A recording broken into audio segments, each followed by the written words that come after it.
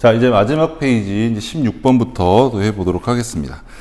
가계도 문제입니다. 자, 15번과 마찬가지로 16번은 시험 현장에서 바로 푸시는 문제는 아니야. 16번 가계도 나왔구나 힝 하면서 그냥 17번으로 넘어가셔야 돼. 20번까지 다 풀고 나서 16번으로 다시 오셔서 푸시는 문제. 어려운 문제고 해볼만 합니다. 그래도 이 정도는 해볼 수 있어야 돼. 수능 수준에서는. 그래서 연습 한번 해볼게. 우리가 지금 하는 건 목표치가 어디냐라고 하는 걸 확인하는 거지 그걸 지금 당장 맞춰라 라고 하는 거 아니야. 자, 다음은 어떤 집안의 유전형실 가하고 ABO식 혈액형을 나타냈대요. 자, 가하고 ABO식 혈액형 유전현상 두 가지 나왔습니다. 요즘 유행하는 거야. 세 가지까지 나오는 경우가 있어요. 어쨌든 두 가지로 연습합니다. 가는 라지 T, 스몰 T에 의해서 결정이 되고요. 라지 T가 완전 우성이래요. 그럼 메모해 놓고 갈게.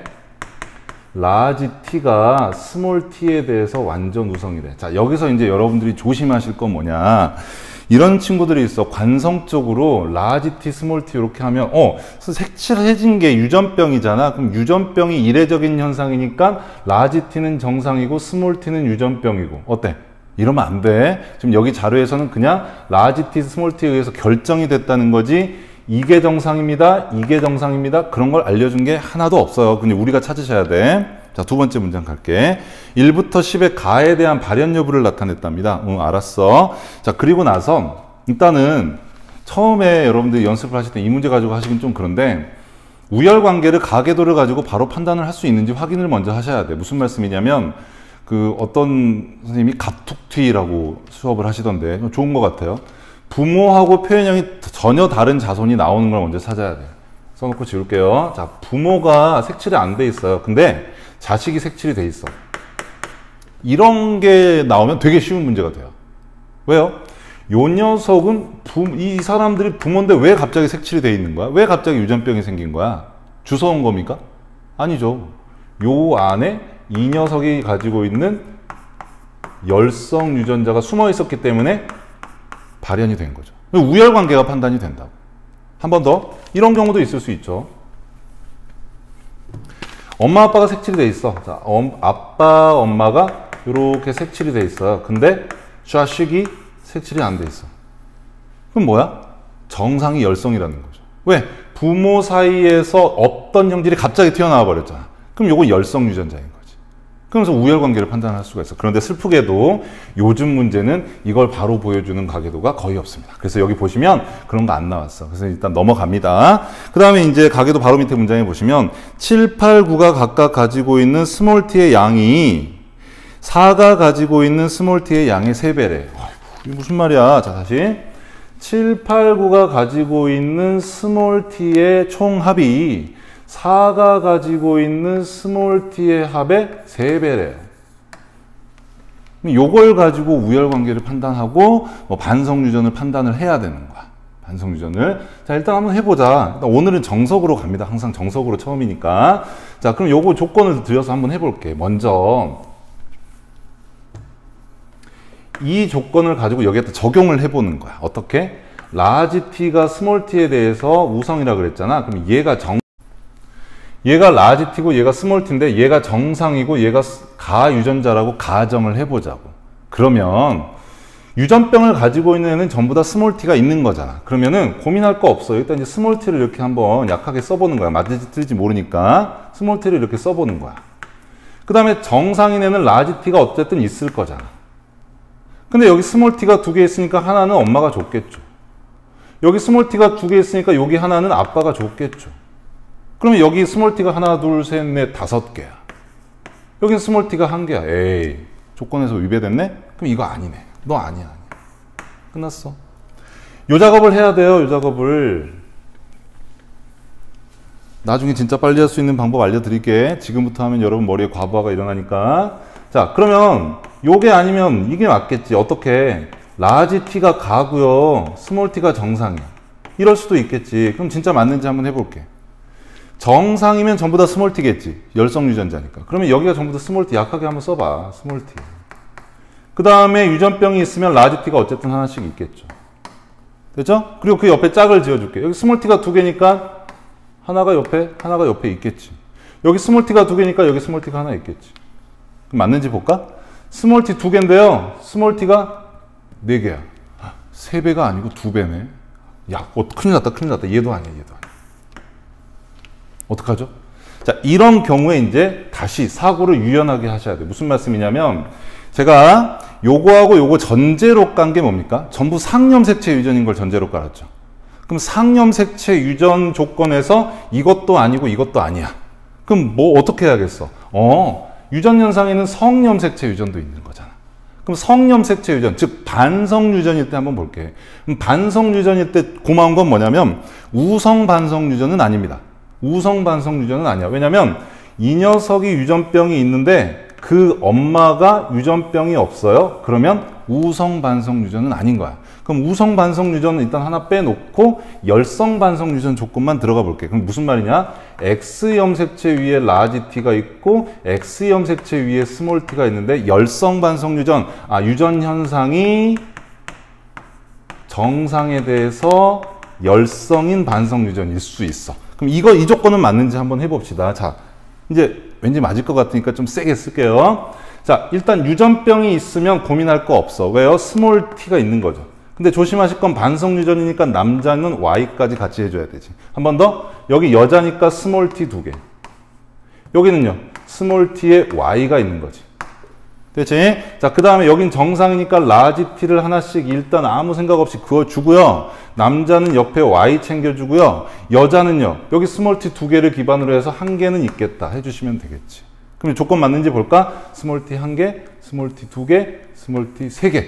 3개, 1개. 3배 됐다. 그래서 우리가 요거는 열성 반성 유전이구나. 이렇게 조건을 챙겨주실 수 있어.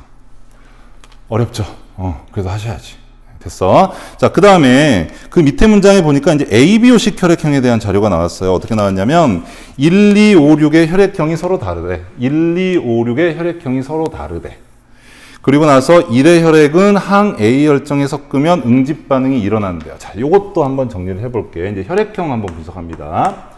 1, 2, 5, 6의 혈액형이 다릅니다. 자, 요것도 역시 공식인데 ABO식 혈액형이 나왔는데 4인 가족 4명의 혈액형이 다르다라는 말이 나오면 여러분들은 기계적으로 엄마 아빠가 AB형, O형이고 좌식이 A형, B형이구나. 또는 엄마 아빠가 AO, BO고 좌식이 AB형, O형이구나. 이거 두 가지 경우밖에 없어. 다시 한번 ABO식 혈액형 자료가 나왔습니다. 4인 가족의 혈액형이 모두 다르다라는 조건이 나왔습니다. 둘 중에 하나. 그럼 이 둘 중에 하나 중에 뭐가 맞는지만 챙기시면 되는 거지.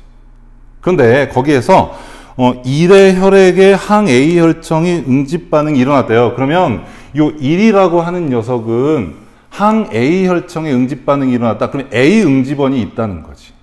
A 응집원이 있는 사람은 누굽니까? A형 아니면 AB형이죠. 이게 1일 수도 있고, 이게 1일 수도 있다는 거야. 아직도 해결이 안 돼.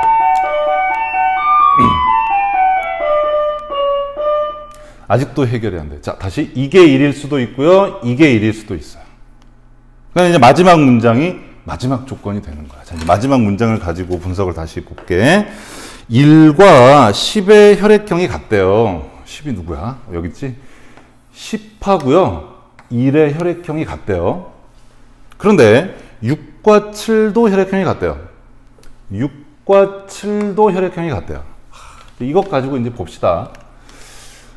이거라면 여기가 1이야. 그럼 요게 6일 수도 있고 요게 6일 수도 있어요. 하나씩 해봅시다. 요게 6이라고 하면요. 얘들아 안 돼. 말이 안 돼. 왜? 이 녀석이 6이면요. 얘랑 혈액형이 같으면 AA 아니면 AO겠죠. 둘이 죽었다 깨어나도 AB는 안 나오겠지. 그치? 너 아니야. 만약에 이 녀석이 6이라면요. 7은요. BB 아니면 BO겠죠. 만나면요. 죽었다 깨어나도 AB형은 안 나와. 너도 아니야. 돼요? 그러면 넌 아니야. 그럼 이해는 맞을까? 한번 해볼게. 자, 만약에 이 녀석이 6이, 너 아니니까 지워버립시다. 너 아니니까 지울게.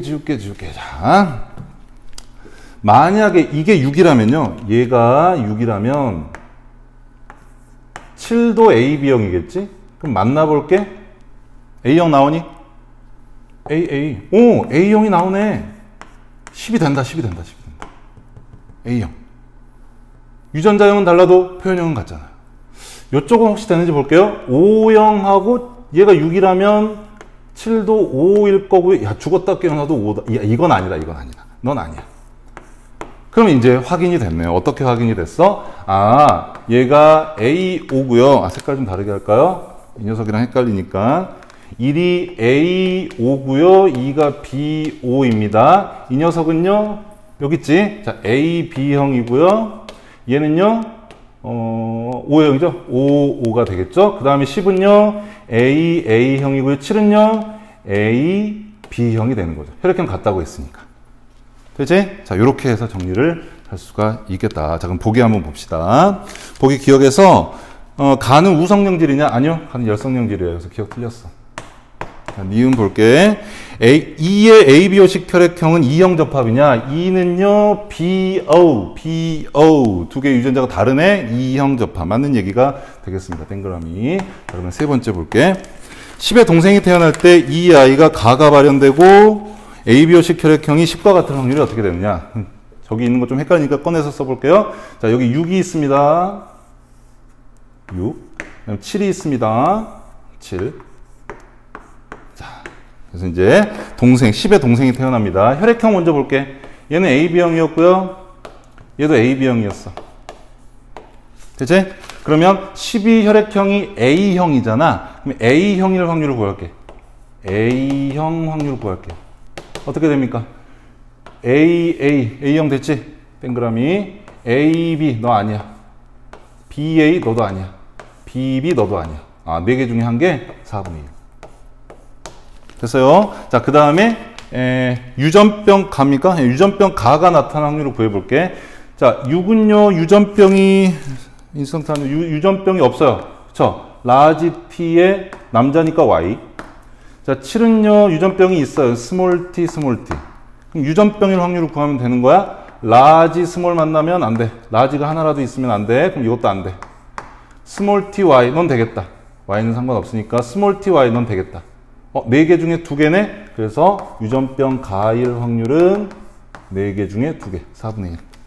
됐지? 그래서 이거 2개 만나면 독립사건이니까 곱해주시면 되죠. 8분의 1이 되겠습니다. 그래서 정답 맞습니까? 틀리네요. 디귿 틀렸습니다. 디귿 틀렸습니다. 그래서 정답은 no, 니은 해주시면 되겠습니다. 어렵지요? 어렵죠? 그래도 하셔야 됩니다. 요 정도 문제 충분히 하실 수 있으면 수능에서도 덤벼볼 만해. 연습이 필요합니다. 자, 이제 어려운 문제 했으니까 이제 내리막길로 갑니다. 17번 문제. 생태계 구성 요소입니다. 생태계 구성 요소는 비생물적인 요소와 생물적 요소로 나눌 수가 있습니다. 생물적인 요소는 생태적 지위에 따라서 생산자, 소비자, 분해자로 나눌 수가 있습니다. 생산자는 하는 일이 뭐죠? 광합성을 통해서 유기양분을 만들어내는 일을 합니다. 그리고 그걸 소비자와 분해자에게 줍니다. 화살표 보세요. A는 생산자. 됐죠? B는요? 하나 남았어. 소비자. 확인해 주시면 되고, 자, 그 다음에 비생물적인 요소와 생물적인 요소는 끊임없이 서로 영향을 주고받습니다. 그때 비생물적인 요소가 생물적인 요소에 영향을 주는 걸 우리가 두 자로 작용이라고 합니다. 작용이라고 합니다. 그럼 뉴턴 아저씨가 말씀하셨죠? 작용이 있으면 뭐가 있다? 네, 반작용이 있다. 생물이 비생물적인 요소에 영향을 주는 걸 반작용이라고 합니다. 됐죠? 그래서 햇빛이 세면 광합성이 잘 된다. 작용. 광합성을 내서 식물이 잘 자라나면 습도가 높아진다. 반작용. 됐지? 자, 그런 식으로 정리를 하시는 거야. 보기 볼게. 기억해서 사람은 A에 속하느냐? 사람이 무슨 생산자입니까? 사람은 소비자입니다. 틀렸어요. 자, A에서 B로 유기물 형태의 탄소가 이동한다라고 했어. 뭔 말을 이렇게 써놨니? A가 만드는, 생산자가 만드는 포도당이 소비자에게 먹히죠.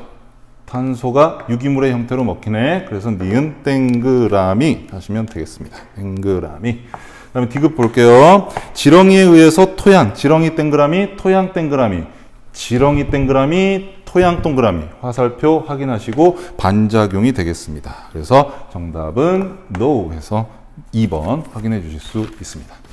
18번 보겠습니다. 생태계에 일어나는 질소의 순환을 나타냈대. 질소의 순환을 진짜 간단하게 나타냈다. 한번 볼게. 대기 중의 질소, 이 질소는 질소 기체죠. N2. 그치? 근데 질소 기체는요, 공유결합을 3개나 해. 3중결합을 하고 있기 때문에 굉장히 안정해. 그래서 이게 생물에 바로 사용될 수가 없어. 그래서 누가 도와줘야 돼? 질소 고정세균이 도와줘야 돼. 그래서 뭘 만들어? 암모늄 이온을 만듭니다. 그래서 대기 중에 있는 기체 상태의 질소를 이온 상태의 암모늄 이온으로 바꾸는 것, 이걸 우리가 기체로 나대지 마. 그럼 뭐해? 고정해, 고정. 고정이라고 합니다. 무슨 고정? 질소 고정이라고 불러. 뭐가? 기억은 질소 고정. 대표적인 예가 뭐죠? 보리옥 박테리아. 그치? 자, 암모늄 이온은 아직 식물이 직접 흡수할 수 있는 형태가 아니야. 그래서 이제 이걸 뭘로 바꿔야 되냐면 질산 이온으로, 넘버 3. 질산 이온으로 바꿔줘야 돼. 자, 이 작용을 우리가 질화작용이라고 합니다. 니은은 질화작용이라고 해. 누가 합니까? 질화세균들이 합니다. 질화세균들이 하는 질화작용. 나중에 다시 자세히. 자, 순환해야 돼요. 그러면 질산이온이 대기 중에 질소가 되기도 해야 돼요. 이 과정을 우리가 탈질소 과정 또는 탈질화 과정이라고 합니다. 이것도 역시 세균이 합니다. 그래서 이렇게 순환하는 거 확인하시고, 한 번 더. 자, 저쪽으로 갈게. 암모늄 이온이 생물 안으로 들어오면 이거 어디다 쓰는 겁니까? 이거 어디다 쓰는 겁니까? 단백질 만들 때 쓰죠. 단백질. 단백질의 구조, 아미노산의 구조 기억하시면 아미노기가 붙어 있는 걸 확인하실 수 있어. 그래서 이걸 써서 아미노산, 즉 단백질을 만들어내는 거야. 됐지? 그래서 이걸 우리가 뭐라 그러니? 질소 동화작용이라고 하지. 저분자 물질을 고분자 물질로 만들어내는 것, 질소가 관여하면 질소 동화작용, 탄소가 관여하면 탄소 동화작용. 그렇게 이름만 붙이면 되는 거야. 자, 단백질은요, 호흡을 통해서 암모늄 이온이 됩니다. 다시. 단백질은 세포호흡 과정을 통해서 암모늄 이온이 됩니다. 그래서 이 과정은 굳이 쓰진 않겠지만, 세포호흡 과정이다. 이렇게 생각하셔도 큰 문제는 없겠죠. 그럼 보기 한번 보겠습니다. 기억해 보니까 뿌리옥 박테리아는 기억에 관여한다. 기억은 질소 고정 과정이고요. 질소 고정 세균이 작용하는데 뿌리옥 박테리아가 대표적인 예입니다. 그래서 기억 동그라미.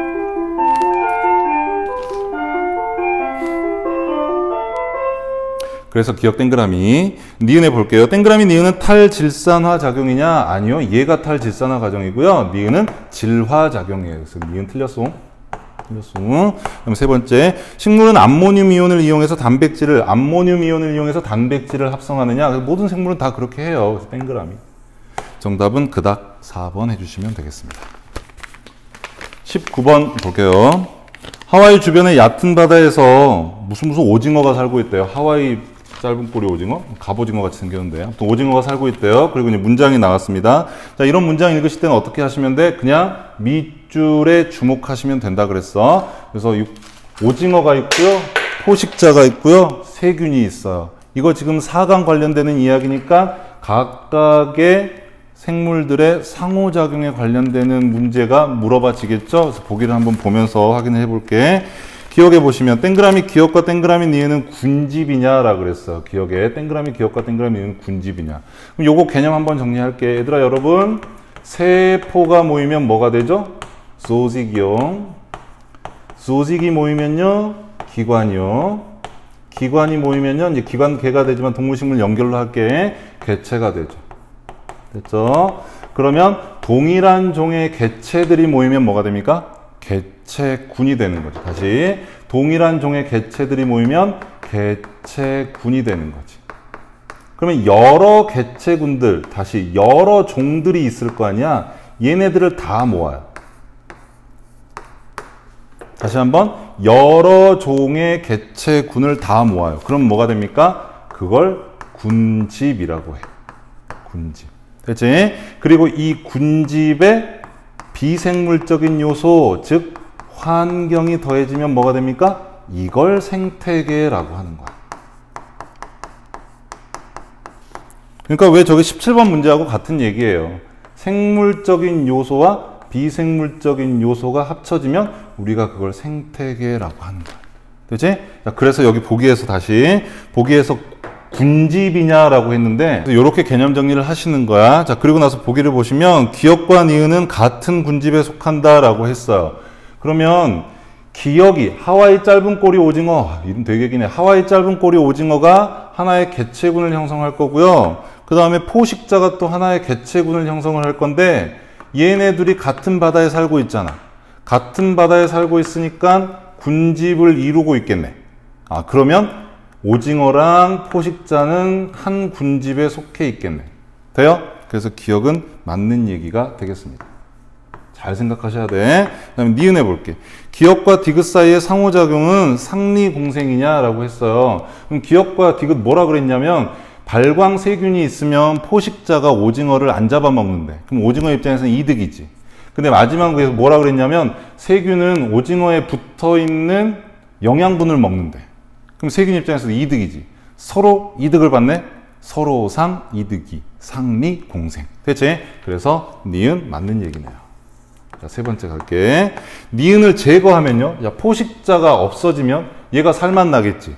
개체수가 일시적으로 증가하겠지. 물론 일시적으로 증가하죠. 나중에 포식자가 없기 때문에 개체수가 너무 많이 증가하면 다시 감소하게 됩니다. 어찌됐건 간에 디귿까지 선택해 주시면 되겠습니다. 정답은 5번. 자, 마지막 20번. 뭐 이거 도덕 문제죠? 20번 그냥 한번 볼게요. 생물 다양성에 대한 이야기야. 그냥 문제를 먼저 풀고 개념 이야기 문제를 먼저 풀고 개념 이야기 잠깐만 더 하겠습니다. 자, 생물의 다양성이 높을수록 좋은 거야, 얘들아? 낮을수록 좋은 거야? 높을수록 좋은 거죠. 그죠? 생물의 다양성이 낮으면 평형이 깨지기 쉬워요. 맞는 얘기야. 이거 뭐 그냥 봐도 알겠다. 사람의 눈동자 색깔은 유전자에 의해서 결정이 되는 거지. 같은 종의 사람은 같은 종이잖아. 같은 종인데도 불구하고 눈동자 색깔이 다른 건 유전자에 의해서 결정이 되는 거죠. 그래서 유전적 다양성이다. 맞는 얘기죠. 한 번 더. 한 지역에서 종의 수가 일정할 때 각 종의 개체 수의 비율이 균등한 게 좋은 걸까요? 아닌 게 좋은 걸까요? 무슨 말이냐면 어떤 지역에 100개의 개체가 있어. 근데 A라는 종이 20개, B라는 종이 20개, C라고 하는 종이 20개, B라고 하는 종이 20개. 그러면 80이네. E라고 하는 종이 20개. 이렇게 있는 거랑 A가 80개, B가 10개, C가 2개, B가, 이거 산수가 됩니까? B가 5개, E가 3개 있는 거랑 누가 더 정이 갑니까? 얘가 더 정이 가죠. 돼요? 여러분이 이게 정이 가는 이유가 뭡니까? 균등하게 분포가 돼 있잖아. 그럼 균등하게 분포가 돼 있는 게 왜 종다양성의 입장에서 더 좋은 거야? 만약에 이렇게 되어 있으면 얘들아 여러분 어떤 외부의 충격에 의해서 C는 쉽게 멸종이 돼버릴 수 있잖아요. E는 쉽게 멸종이 돼버릴 수 있잖아요. 그러면 생태계 균형이 깨져버릴 수 있는 확률이 훨씬 더 크잖아. 그래서 분포 비율이 균등할수록 종 다양성은 더 높다라고 해석을 하는 거야.